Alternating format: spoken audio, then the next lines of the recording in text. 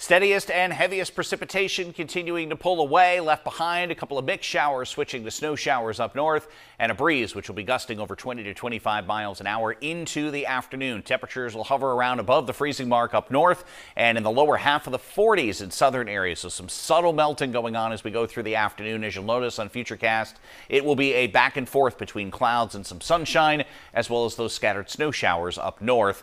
Breeze hangs on tonight, gusting over 20 miles an hour as we drop back into the teens and 20s by morning. The breeze does lighten tomorrow significantly, and eventually temperatures in the afternoon are in the 20s to lower 30s. Heading into the weekend, two quick-moving systems. One will be a passing snow shower chance for Saturday.